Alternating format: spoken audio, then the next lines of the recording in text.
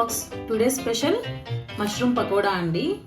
ఇది చాలా టేస్టీగా ఉంటుంది, కరకరలాడుతూ ఉంటుంది. దీంట్లో మనం పల్లీలు, జీడిపప్పు అన్నీ వేసుకుంటామండి.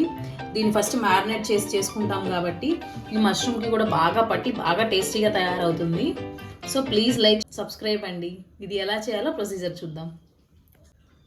మష్రూమ్ పకోడాకి కావాల్సిన ఇంగ్రీడియంట్స్ చూద్దామండి. ఫస్ట్ మష్రూమ్ని ఇలా వాష్ చేసుకొని 2 పీసెస్గా కట్ చేసుకోవాలి. తర్వాత ఇట్లా చిల్లీని చీలికలుగా కట్ చేసుకోవాలి. దీనికి శనగపిండి, బేసన్ ఫ్లోర్, మొక్కజొన్న పిండి, కార్న్ ఫ్లోర్, బియ్యం పిండి, రైస్ ఫ్లోరు, ఉప్పు 1 స్పూను, కారం 1 స్పూను, అల్లం వెల్లుల్లి పేస్టు, పసుపు చిటికెడు, కొన్ని జీడిపప్పు, పల్లీలు, కరివేపాకు 2 రెమ్మలు, చిన్నుల్లిపాయలు 4. ఇప్పుడు ఇవన్నీ మనము కలిపేసుకొని మ్యారినేట్ చేసుకొని ఒక 15 మినిట్స్ ఉండాలండి. ఒక 15 మినిట్స్ దానికి బాగా పడుతుంది. సో ఇవన్నీ కలిపి మనము ఒక 15 మినిట్స్ మ్యారినేట్ చేసి ఉంచుకోవాలి. చూడండి, ఇట్లాగా అన్నీ వేసేసుకొని మనము మ్యారినేట్ చేసుకోవాలి. ఇలా ఒకదాని తర్వాత ఒకటి అన్నీ వేసుకుంటూ ఉండాలి. వేసుకోవాలండి. ఇలా గరం మసాలా కూడా 1 స్పూన్ తీసుకొని యాడ్ చేసుకోవాలి.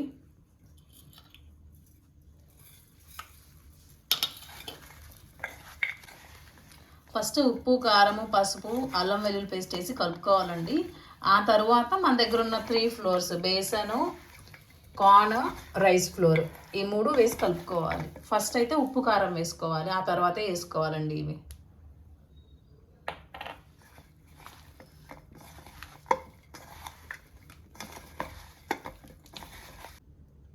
ఇలా రైస్ ఫ్లోర్ కూడా యాడ్ చేసేసుకోవాలి.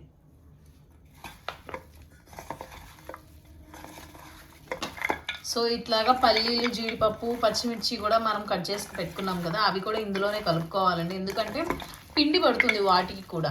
సో పిండి అనేది మొత్తం పట్టడానికి కొంచెం కొంచెం వాటర్ యాడ్ చేసుకుంటూ కలుపుకోవాలి. కొంచెం వాటర్ వేసుకోవాలి. సో అన్నీ ఇప్పుడు ఈ పల్లీకి, జీడిపప్పు కూడా పిండి అనేది పట్టి బాగా పకోడీలాగా బాగా టేస్టీగా ఉంటుంది.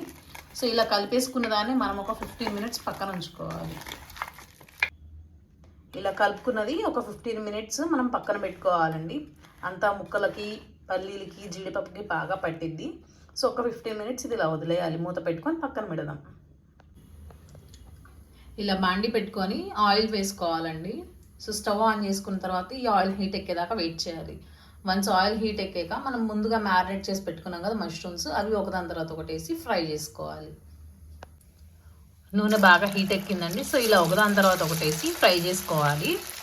ఇవి ఒకదానికొకటి తగలకుండా వేసుకోవాలండి. అండ్ వేసాక ఒక 5 సెకండ్స్ వాటిని అసలు కదిలించకూడదు. సో ఇట్లాగా మీడియం ఫ్లేమ్లో ఉంచుకోవాలి స్టవ్ మనము.